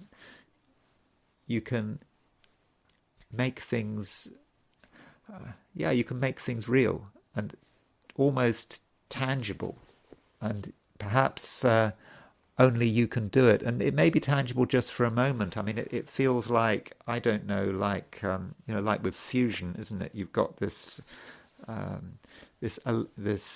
the energy of the sun being held together. I don't know, people are trying to create electricity out of and power by through fusion, and it's really difficult, because how do you keep together the forces of the sun? But somehow you can do it. You can keep everything together for long enough to turn them into a reality, and that's something that you can do. You may not be able to keep things together for very long. It may just be for a few seconds, but in those few seconds, Pisces, you will understand what is possible. And now I want to look at today from the perspective of the I Ching. So I ask the question, what is Tuesday going to be like for those watching the I Ching section of this video? And the first hexagram I got was hexagram number 38, which is opposition. And this hexagram doesn't move, it's locked. Now, with a locked hexagram, you might say, well, nothing much is going to happen. It's not perhaps about action. It's just about a state. And so with this hexagram, with opposition, we get the idea that something is a little bit stuck and it's not moving. And part of the problem might be that we're aware of us and other forces, and we're not on the same wavelength, and that is a problem. And it may relate to the fact that we've got this Sun square Pluto today. Now, Sun square Pluto can be an issue of power, and it may be with Sun square Pluto that some people do not get on with each other because there is a power issue. And who's got the power? One party's got the power, the other party hasn't got the power. And because of concerns about power, people may not get on with each other. And there's also an idea with this hexagram that people are separated. So you've got one person in one place, another person in another place, and they don't have much contact with each other because perhaps something has happened in the past. And so this is all about perhaps what today is about. When we look at ourselves and the world around us, we may feel that there is a sense of estrangement. Greg Winkup, in his translation of the I Ching, he calls this hexagram estrangement, that we are somehow estranged from other people. And there may be a sense that, we're not going to come to an agreement. It's not going to be easy. And to get a better understanding, perhaps, of estrangement or opposition, it might be a good idea to look at the nuclear hexagram. So that is the hexagram in the middle of the hexagram of opposition. So the third, fourth, fifth lines is the top hexagram. The second, third, fourth is the bottom hexagram. And the nuclear hexagram is therefore 63, which is after completion. And, one of the reasons, perhaps then, why we might feel that we are in opposition to other people, or perhaps estranged from them, is because there has been a recent change. We have changed. We've perhaps moved from one place to another. After completion, it can often be about crossing a river. So we've crossed the river. We've made the change. Maybe that's Sun square Pluto. There's been some kind of transformation. It's been done. And it could be that we've left people behind. That's one possibility. That they haven't made the change with us. Or it could be the other way around. It may be we have been left on the bank and other people have moved ahead. So what do we do? I suppose if it's after completion, we have to accept that, yes, there has been a change, but we're not feeling very comfortable in this change yet. We still feel that it's a world which is unstable, and it's made perhaps all the more unstable by the fact that everything is new and untested, and we're not ready to move on. And so I suppose in terms of feeling estranged, we might be estranged because things have recently changed. And so with estrangement, we have to deal with people we don't really know and understand. And sorry, it's not just with estrangement. The reason we're estranged is because we ourselves have made a change. We're in a new world and we don't understand this new world. And, also when people make changes, it often leads to friendships breaking, because at some level, people don't like other people changing. It can be very threatening, particularly if someone moves on or decides to abandon certain activities. That doesn't really work out. So, this is a locked hexagram, and it is only for one day. But I just think that over the course of a day, we just may be aware that us and the rest of the world are not on the same wavelength, and we may feel separate. And I think it's just about accepting the situation. Don't push it. If you and someone else have different priorities, then there's no point in trying too hard to get on with them, because it's just going to lead to an argument, isn't it? And perhaps we just have to let the whole thing pass. And I think that probably by tomorrow, we're probably going to feel better, and we're perhaps going to have a greater understanding of what this situation is all about. Okay, so now I want to go back to the astrology and look at this square aspect between the Sun and Pluto. So today it happens. It's very much there. Here's actually the chart for Sun square Pluto. I've set this for London, so this is at 3:15, 3:15 in the afternoon on today.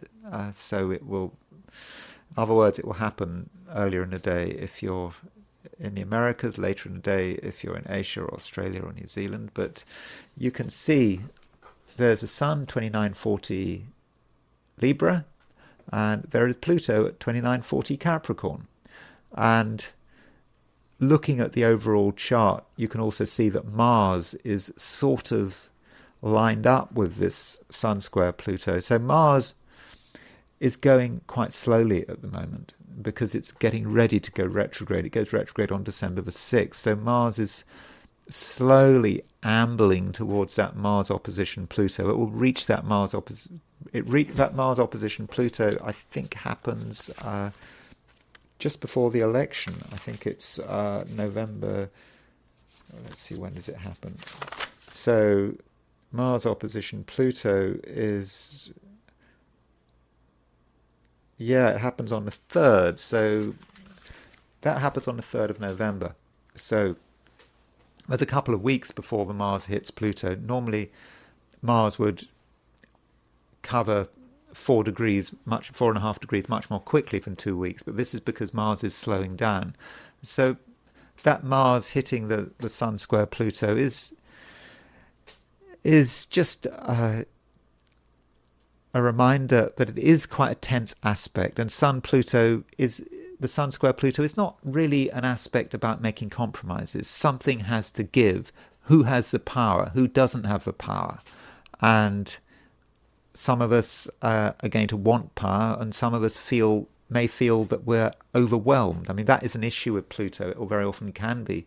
Pluto is often can either be about wanting power, aspiring to power, or it can also be about the fear of power. What happens when people are throwing our weight around? We can just be completely overwhelmed. So that's the Sun Pluto square. Now, just a couple of people, one person and one structure who might be influenced by this Sun square Pluto. So Sean Coombs, is he P. Diddy? I don't really know anything about Sean Coombs, but I think he's in prison, isn't he, for a range of crimes. I don't, or being accused of a range of crimes. I don't think he's been found guilty of anything. But if you look at his chart, he has got Mars at 2957 Scorpio. Sorry, 2957 Capricorn. So he is going to have, the moment he's got Pluto right on his Mars, so it's a real Pluto on his Mars time for him if he's in prison and having to deal with all these legal issues. And then the Sun is triggering it. So he's got Pluto on his Mars, and then the Sun is squaring it. So that could be a really quite difficult time for him, and particularly today with the Sun square Pluto. Now, as far as structures are concerned, there's one structure I want to talk about, and that is the Kerch Bridge. So the Kerch Bridge is the bridge between Crimea and the Russian mainland. It's a bridge that is not used for military purposes anymore.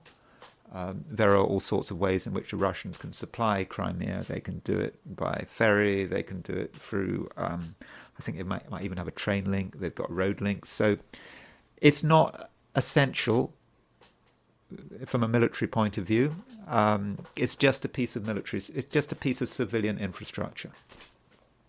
But the Ukrainians are obsessed with destroying it. I think the British are obsessed with destroying it, and so they've fired all sorts of stuff at it. And remember, we've got an election coming up. The Ukrainians may want to sort of pull off some spectacular event with this. So it is vulnerable, even though it's just civilian infrastructure. There'll be no military reason for the Ukrainians to want to attack Kerch Bridge, but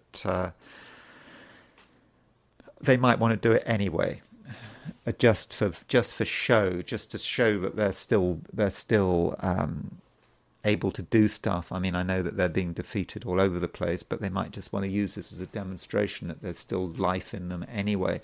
So this is the chart for the opening of the Kerch Bridge, and at the time of the opening of the Kerch Bridge, Mars was at 2940 Capricorn, and Uranus was at 2950 Aries. So, sorry, yeah, that's right, 2950. So there was a Mars-Uranus square at the time of the opening of the Kerch Bridge. I mean, given its role in the Crimea and its central position in Crimea, at least from a prestige point of view, and also it's an insult to the Ukrainians that this bridge is being built. Obviously, the Russians annexed Crimea in 2014. And it's an insult. I mean, I don't think that the Ukrainians did a great deal with infrastructure in Crimea. They weren't doing anything like this, but the Russians came in and they built this wonderful bridge. And it's an insult and it's a target. Hence that's sort of Mars square Uranus. So we have Sun square Pluto. That means that Sun square Pluto is at 2940 Capricorn. Let's just look at. I mean, I don't know precisely when it was opened. I've just gone for noon. I mean, that may not be the exact time. But if we look at the Kerch bridge and we look at the time of the Sun square Pluto, you can see that Pluto is at 2940 Capricorn. Mars is around 2940 Capricorn. So Mars is exactly conjunct. So Pluto is exactly conjunct the Mars on the Kerch bridge. And also the Sun is at 2940 Libra. So the Sun is going to be hitting, triggering that. So this is a time, I think, when the Kerch bridge is vulnerable, when the Ukrainians might feel this is a good time to try to attack it. Now, you also, just before the election, you have, which I've already pointed out, there is a Mars-Pluto conjunction at around 2950. Pluto will be a Mars-Pluto opposition just before the election, when Pluto will be at 2940 Capricorn, Mars will be at 2940 Leo. And so over the next couple of weeks, the Kerch bridge, between now and the election, the Kerch bridge is going to be a major target. I think there's a possibility there. And I suppose the two times of maximum vulnerability would be today, when we've got Sun square when we've got Sun square Pluto, and would be on November the 3rd, when there's Mars opposition Pluto. So the Kerch bridge is something that we need to perhaps be thinking about, and so the Russians need to make a special effort to protect the Kerch bridge over between now and the elections. I mean, I'm sure they're already making a big effort, but the vulnerability that could be especially vulnerable now, that structure. So this Sun square Pluto, what does it mean? I mean, Sun square Pluto, in terms of the horoscope. So Sun square Pluto, as I've said, it can be about power and who has the power. It can be quite obsessive.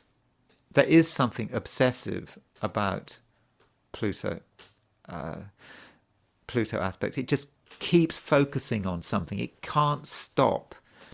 And so with Sun square Pluto, it may represent a point of obsession. You just keep thinking about it. It just keeps cropping up, and we just can't help ourselves. And as I've suggested sort of earlier in this video, there may be a connection with outside forces, things that we don't properly understand. Pluto is quite a sort of a dark force, and I suppose Pluto, from a mythological point of view, is god of the underworld, Hades, and one thinks of Persephone. She had with her, was it the pomegranate seeds? She ate 6 pomegranate seeds, and so she had to spend 6 months out of the 12 in the kingdom of Pluto.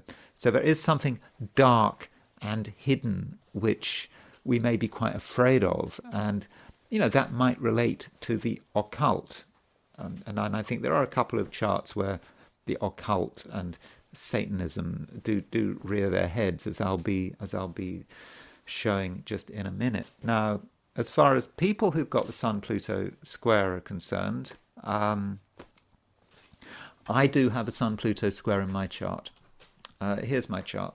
I don't really want to talk too much about this Sun square Pluto, because I think the trouble about Sun square Pluto, yes, I have it in my chart. I think I have I think I have a reasonable idea about what it means, but I think that if I don't really want to, I don't really want to discuss what it means.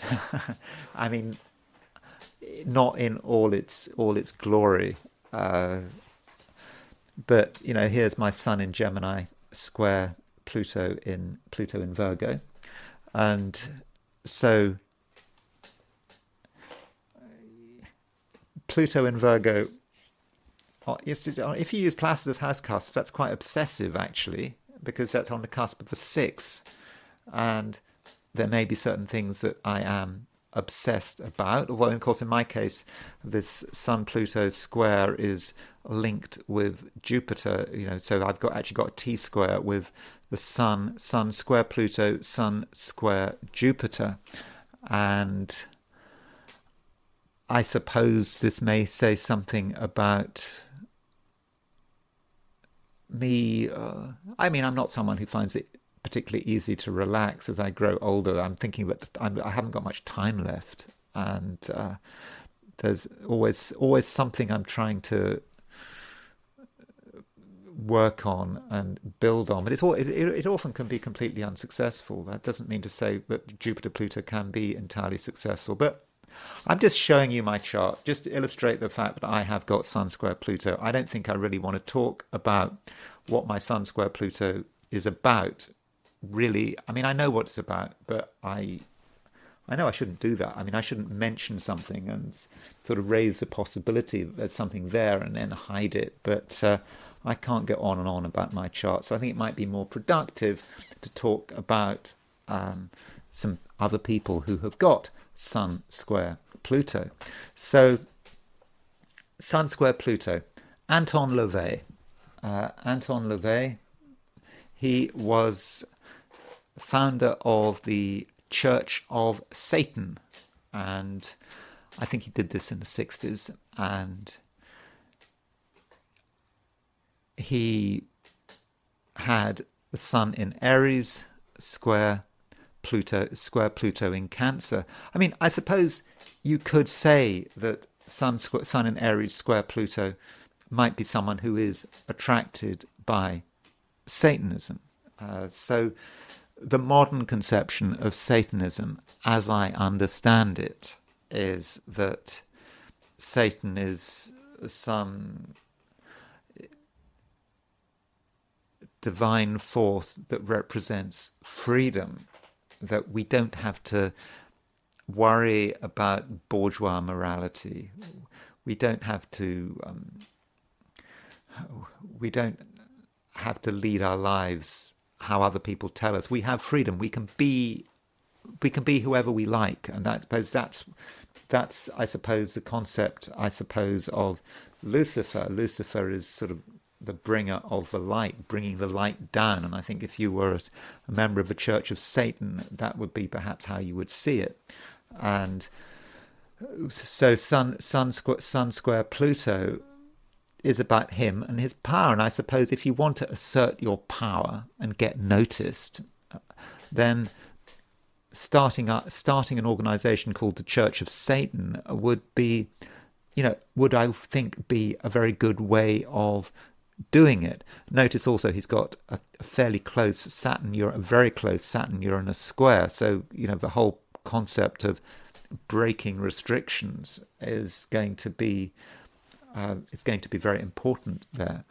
And I suppose with the Church of Satan, he does have a few planets in Earth signs. In fact, he's got a lot of planets in Earth signs. So you've got Saturn in Capricorn, Moon in Virgo, plus Mercury and Venus in Taurus. I mean, I suppose you could say that with Satan, don't we say about Satan is Lord of the Earth, just totally focused on the material. That might be one aspect of it. Material, not just in terms of money, but living this life here to its full, and perhaps not being worried about bourgeois guilt, what might happen in our afterlife, eternal punishment, all that kind of stuff. These are things just done to make us afraid and to prevent us from leading our life as we want to lead it. I mean, that might be how he sees it. So yeah, that's Anton LaVey. Now, the link, perhaps, between the occult and Sun square Pluto. Okay, you could say my own chart. I've just shown you I have Sun square Pluto. I've always been obsessed with the occult from a very early age. I can remember as a child,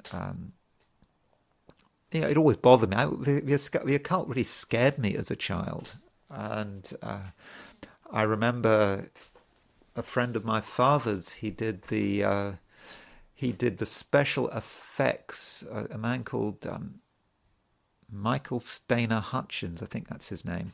And he did the special effects for The Devil Rides Out.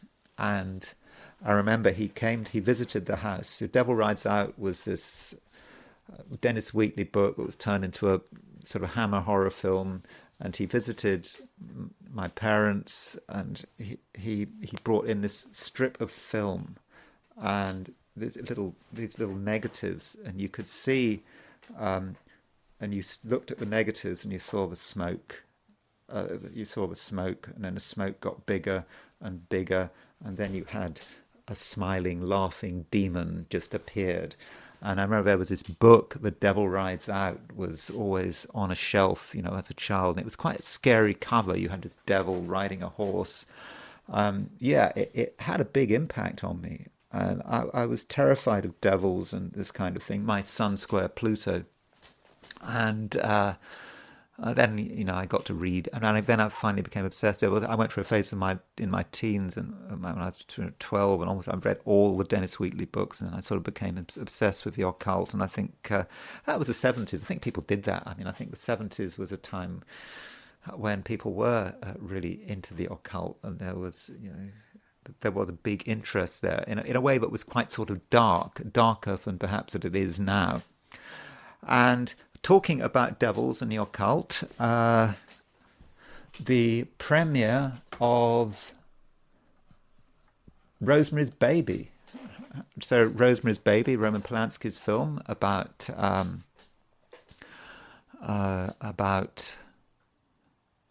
woman who gives birth to Satan's child. I won't go into the plot, but it is all about Satanism, and not about Satanism. It's about the devil himself, and it's a sort of well-off New York community who are all involved in worshipping the devil. And there is the sun. Sun is at 21. Gemini, and there is Pluto at 20 Libra.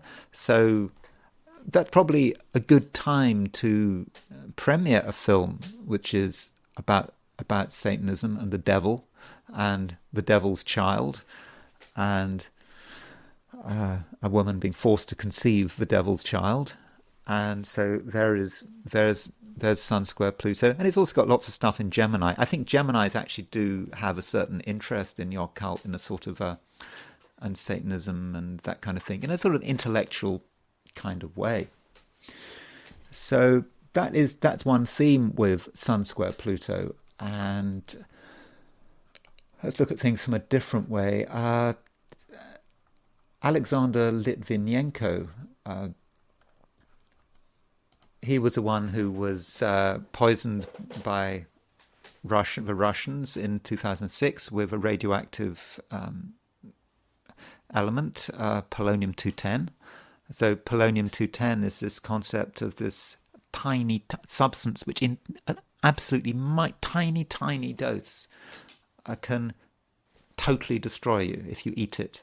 It's okay if it's on the skin, but it's an alpha emitter. And it was put in his tea, and it completely destroyed him.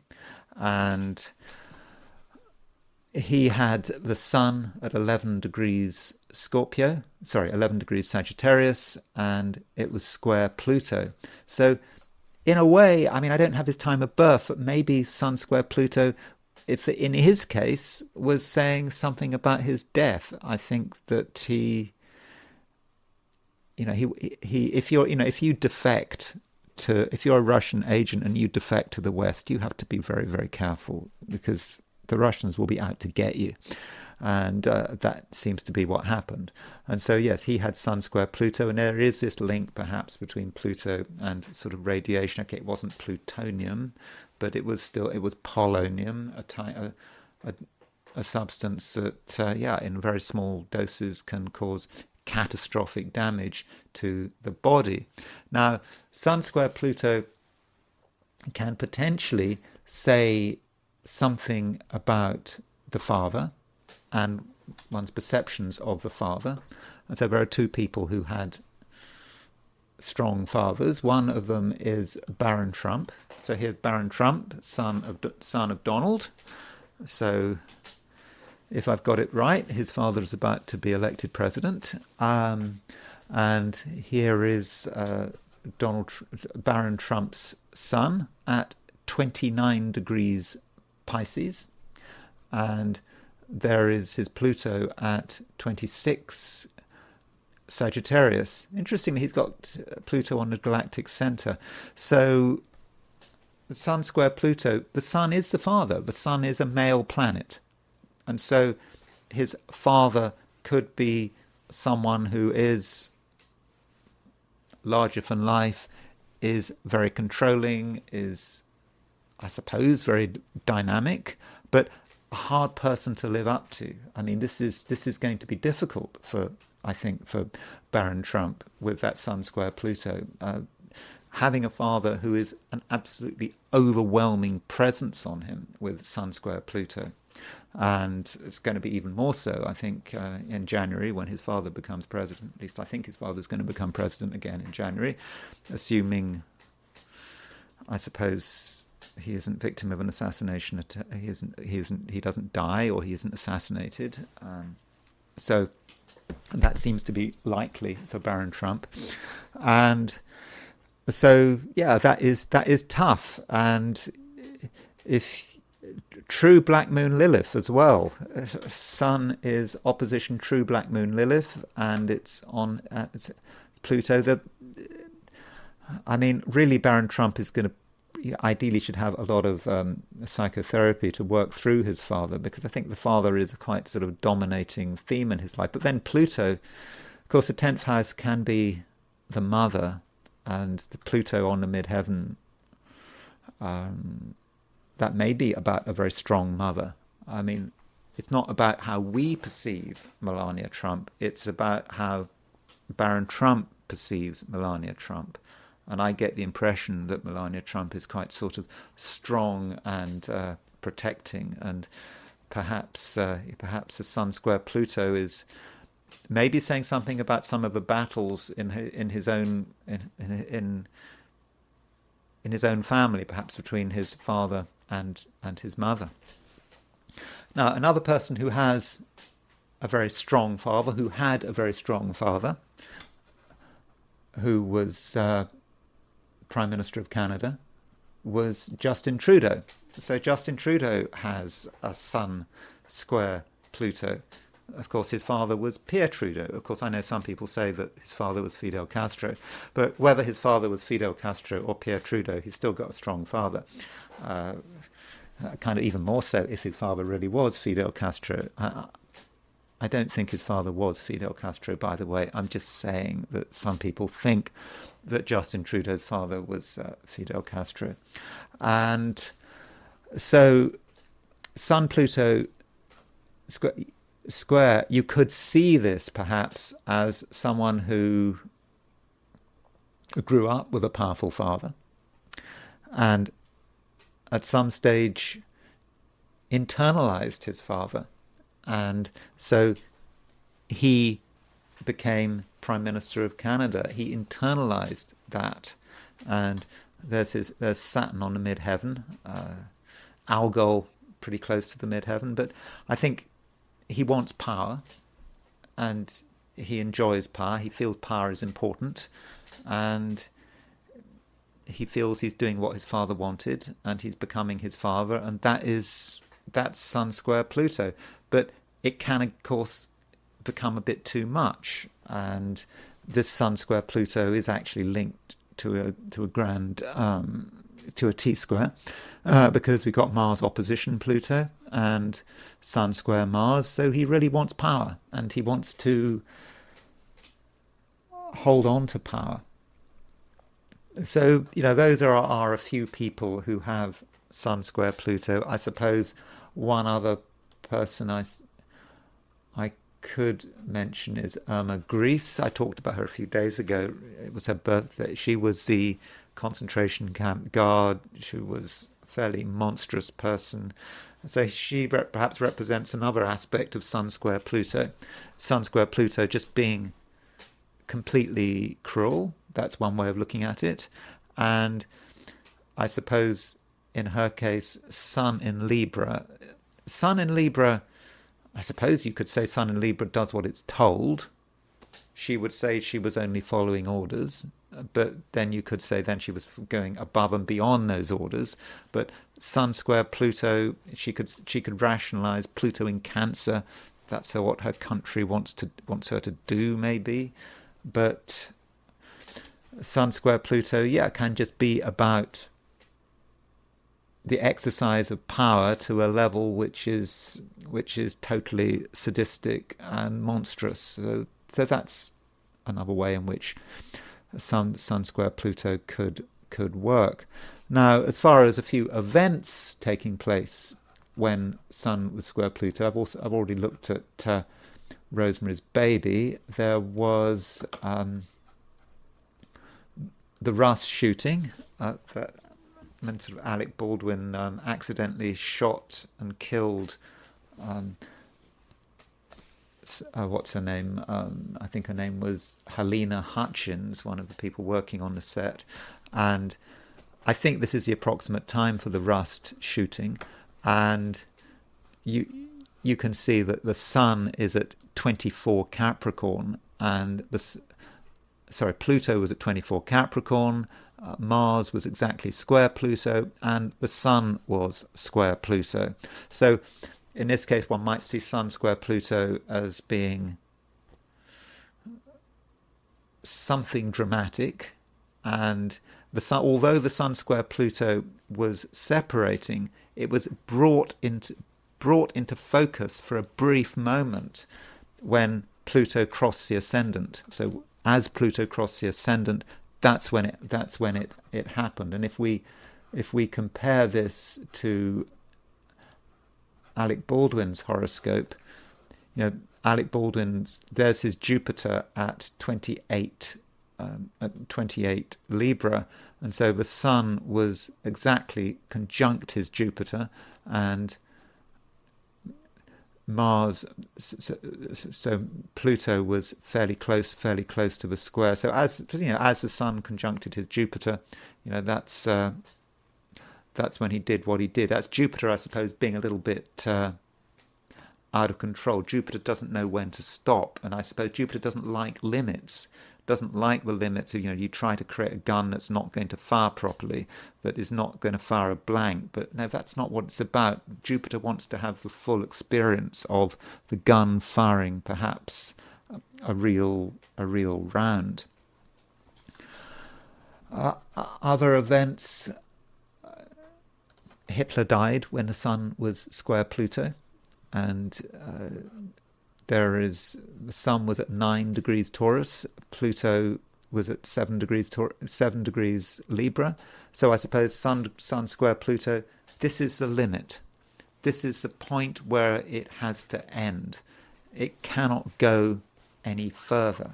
And sort of everything came. He got married before he died, so it's all going to happen. And it had to end where it ended. And Sun square Pluto can have a certain sense of the dramatic, and it sort of ends, I suppose, in Hitler's case, in a gunshot.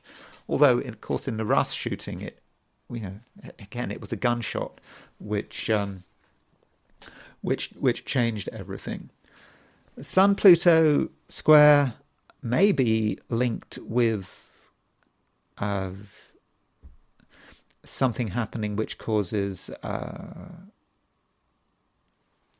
lot of damage. The Notre Dame fire which started on sort of April the 15th, 2019. So Notre Dame fire, the sun was at 25 Aries and Pluto was at 23 Aries. I don't know whether it was how important that aspect was. There were other things going on at the time of the Notre Dame fire. I think it was France had its Mars return, so it may just be being coincidental. But yeah, there was a Sun Pluto square at the time of the fire. And martyrdom, well, we don't know for sure when he was martyred, but one of the dates given for the martyrdom of St. Valentine was February the 14th, AD 269. And I mean, as far as I can see, St. Valentine, he was born in Italy. He was, part of, I don't say part of the elite, but he was an established person. He just was into sort of Christianity, and I think he married people without permission, and he was kind of annoying to the powers that be. And assuming he was martyred on February the 14th, 269, then we have Sun square Pluto. The Sun was in Aquarius, squaring Pluto in Scorpio. And I suppose Sun square Pluto, there might be something extreme about it. I mean, most ordinary people, if they're faced with a choice, do you stop what you're doing or do you get executed? Well, you'd probably just stop what you're doing. I mean, that's a logical thing to do. But martyrdom is perhaps something really extreme, and you're prepared to accept death. And so there we have Sun square Pluto, potentially at the time of St. Valentine's martyrdom, though the date, even the year of his martyrdom is certainly is questionable, I think. So that is still a possible manifestation of Sun square Pluto. So that's it. That's all I'm going to say for today. I hope you found this video of some interest. If you did find the video interesting, I'd be very grateful if you were to like it. If you're not subscribed, I'd be super grateful if you were to subscribe. And if you want to buy me a coffee, there is a link in the description. So thank you very much for watching, and I will talk to you again tomorrow.